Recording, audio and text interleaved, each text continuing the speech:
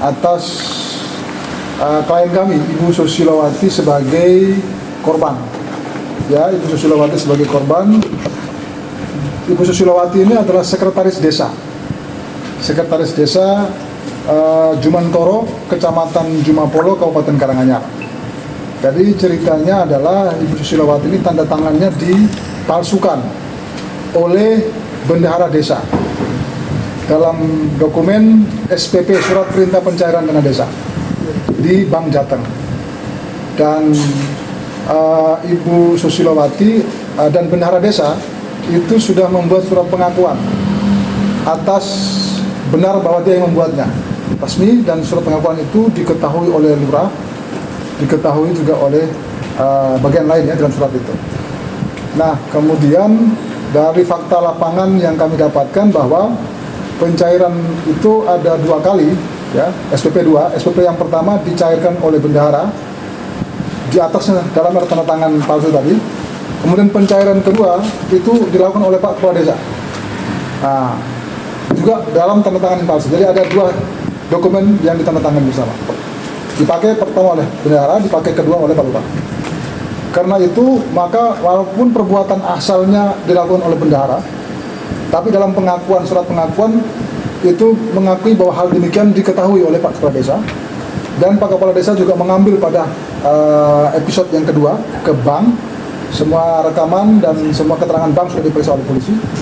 Dan karena itu maka Pak Lurah meskipun tidak melakukan perbuatan asal, yaitu perbuatan palsu memalsukan tadi, tapi Pak Lurah mengetahui perbuatan itu secara sadar, dan Pak Lurah turut serta mengambil dan turut serta menggunakan tanda tangan itu sebagai alat untuk mengambil. Nah, kemudian uang itu dia terima dari bank menurut ketentuan administrasi pemerintahan bahwa uang itu selama 10 hari harus dikelola sesuai dengan rencana anggaran belanja. Tapi uang itu dibawa pulang oleh kedua bersangkutan, ya, dan kemudian baru diserahkan kembali 1 tahun kemudian kira-kira saat proses ini berlangsung di kepolisian, ya. Nah, itu ketika diserahkan kembali, kemudian klien kami dipanggil oleh Dispermades, diingatkan oleh inspektorat untuk dapat memberikan persetujuan agar uang itu dapat digunakan. Tetapi kami secara profesional mengingatkan secara tertulis tidak boleh menggunakan uang itu sebagai untuk kegiatan apapun karena uang itu statusnya barang bukti. Nah, itu sudah kami ingatkan, dan nanti kalau kita lihat ada uang tersebut walaupun nilainya tidak seberapa ya, cuma 100 berapa ya? 110 juta. 110 juta akan kami persoalkan kalau ada pihak yang menggunakan itu. Ya, menggunakan itu. Itu asalnya tindak pidana korupsi, dan kalau digunakan akan menjadi problem, apalagi status dalam barang bukti itu. Nah, itu kawan-kawan. Dan kemudian prosesnya sudah cukup lama, tetapi kita bersyukur bahwa kepolisian kerja dengan tertib. Kita sebagai sesama rekan penegak hukum terus monitor itu, dan sengaja memang kami baru panggil kawan-kawan media pada hari ini karena laporan terakhir klien kami pagi tadi diminta untuk memberikan keterangan keterangan BAP tambahan, dan itu biasanya kalau korban di keterangan awal, kemudian di proses pemeriksaan saksi-saksi dan para pihak T, kalau sudah korban keterangan kedua baru sudah selesai. Nah, karena itu di rilis yang kami sampaikan sudah ada laporan tentang perkembangan Polres di Polres Karanganyar, ya. Ini sudah yang diperiksa adalah Kaur Kesra, kemudian Kaur Rencana, Keuangan Kelurahan, kemudian Kepala Desa, pihak teller dari bank, kemudian Dispermades, dan kecamatan. Nah, ini kami berharap bahwa seusai dari pemeriksaan hari ini, keterangan klien kami ini, selanjutnya status para pihak itu untuk dapat ditetapkan sebagai ditingkatkan. Nah, rekan-rekan media sekalian, ada banyak rumor di Karanganyar, ya, bahwa Bapak Kepala Desa ini istrinya adalah anggota DPRD dari salah satu partai politik, ya, partai politik yang sewarna dengan Bapak Bupati, ya. Nah, saya sangat percaya Bapak Bupati tidak akan mendukung proses pemberantasan tindak pidana korupsi di Karanganyar, maka Bapak Bupati tidak akan menggunakan kelembagaan politik dan jaringan atau relasi politik untuk bisa merawat praktek-praktek yang tidak baik dalam pemerintahan itu. Jadi kita memohon Bapak Bupati Karanganyar mendorong dan mendukung juga proses pemberantasan tindak pidana korupsi di tingkat-tingkat desa, begitu juga kawan-kawan kepolisian untuk menghindarkan diri dari ada intervensi politik. Kerja lurus, begitu, ya. Dan yang ketiga, dari perbuatan memalsukan tanda tangan sekretaris desa ini, ternyata itu menjadi jalan masuk, Pak. Jalan masuk dari praktek-praktek, dugaan praktek penyalahgunaan kewenangan dan penyalahgunaan tanah desa di desa Jumantoro itu. Nah, masyarakat desa Jumantoro itu secara mengelompok dalam aliansi itu sudah 2 kali bertemu dengan kami. Ya, jadi bertemu dan menyodorkan data tentang penyalahgunaan keuangan dana desa oleh Bapak Kepala Desa yang bersangkutan ini. Dan keterangan, kemudian laporan lapangan, kemudian video, kemudian foto berikutnya akan terus dipenuhi oleh masyarakat desa dan kemudian nanti akan kita lanjutkan di kompetensi oleh kejaksaan ke depan. Tapi tanda tangan ini menjadi jalan masuk. Kami terus mendampingi dan menguatkan masyarakat desa supaya berani untuk bisa mengontrol roda pemerintah di desa itu.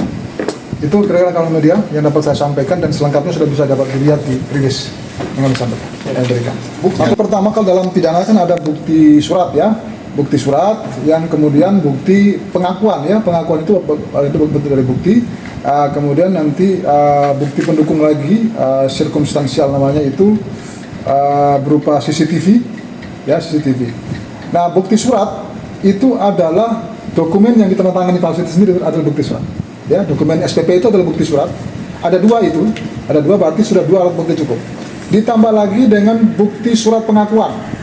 Nah, di dalam itu ada pengakuan, bukti surat itu, dan keterangan dalam pengakuan itu juga diakui oleh yang bersangkutan di hadapan penyidik. Nah, berarti sudah terbukti 2 bukti surat. Bukti pendukung adalah CCTV yang merekam kedua orang terlapor ini, teradu ini datang ke kantor polisi, kantor ke bank ya, untuk menarik uang itu. Dan menarik uang itu. Dan itu bukti sudah cukup menurut kami. Tidak bisa kemudian satu pihak dimasuk, misalnya bendahara, Pak Kepala Desa tidak, itu sangat ganjil itu. Nah, yang berikutnya adalah itu bukti pemalsuan ya. Nah, kalau kita berimbas lagi kemudian bukti menggunakan dana itu sudah dapat kita lihat dalam konteks realitasnya bahwa dana itu seharusnya diambil, digunakan dalam waktu 10 hari, tapi dibawa dulu oleh mereka selama hampir 1 tahun. Nah, maka patut diduga ya, itu kalau dalam unsur-unsur tipikor itu sudah memperkaya diri sendiri dan orang lain itu, Pak. Dan juga sudah melawan hukum karena dia keluar dari prosedur sistem administrasi pemerintahan itu. Itu yang bisa kami sampaikan terkait itu, Pak. Ada lagi, Pak? Surat perintah ya. Surat perintah yang pertama nilainya berapa? 60 juta. Surat perintah yang pertama 60 juta. Surat perintah yang kedua Sekitar 50 juta. Ya, jadi surat perintah yang pertama itu 60 juta, surat perintah yang kedua itu 50 juta. Tidak seberapa sih nilainya itu, Pak ya. Tapi perkara yang kami urus di Polres Karanganyar ini terkait dengan pemalsuan tanda tangannya itu. Adapun soal 50, 60 berikut sederetan yang lain, itu dalam perhitungan kami di atas 1 meter ya, di atas 1 miliar. Itu akan dikembangkan berikutnya atas partisipasi aktif masyarakat desa. Sedang kami kumpulkan itu. Ini kantor pengacara ini kasih sini LSM guys. Tapi nggak apa-apa, di masyarakat kita harus melakukan itu. Nah, prosesnya sesuai prosedur. Sejauh ini sesuai prosedur. Meskipun dalam proses yang kami ini banyak sekali rintangan dan godaan ya, tentu itu. Nah, tetapi ya saya garis lurus saja, Pak. Garis lurus saja, nilainya nggak seberapa juga, masa. Nah, jadi alhamdulillah kawan-kawan kepolisian, rekan kepolisian sejauh ini on the track. Kalau menurut Pak Ghazali sendiri, ini kan kata pemalsuan itu arah pidana, berarti melanggar pasal berapa yang KUHP baru ini? Nanti saya cek, Pak ya, KUHP baru ini ya. Nanti saya bisa japri ke sanksinya, ancaman hukumannya. Oke, nanti saya cek. Saya belum hafal KUHP barunya itu ya. Kalau di KUHP lama kan di 264 ya. KUHP baru nanti saya belum hafal, kan belum kuliah saya berarti ya. Nanti saya kirim ke penjenengan, ke Mas Yan, di share ya, aspek hukumnya. Tapi kalau dari KUHP yang lama ada ancaman sampai berapa tahun? KUHP lama itu kalau 2636 itu ancaman 4 tahun, Pak. Iya, 4 tahun. Ya, ini adalah masuk ke delik aduan absolut. Jadi yang mengadu yang bersangkutan. Ya, mengadu yang bersangkutan. Nah, tapi kalau kemudian digunakan keterangan perbuatan itu digunakan dan berimplikasi bagi kepentingan orang lain, maka orang yang terimbas kepentingan itu dapat melakukan laporan itu. Ini kan, ya ini delik umum ini Pak, delik umum ya, bukan delik aduan, delik umum. Berarti lebih banyak ke tadi apa semacam pemalsuan tanda tangan, bukan tipikor. Bukan tipikor. Jadi yang kami urus sekarang di Polres Karanganyar ini adalah pemalsuan tanda tangannya. Nah, ini ternyata menjadi jalan masuk untuk tahap kedua. Adanya tipikor di situ, Pak.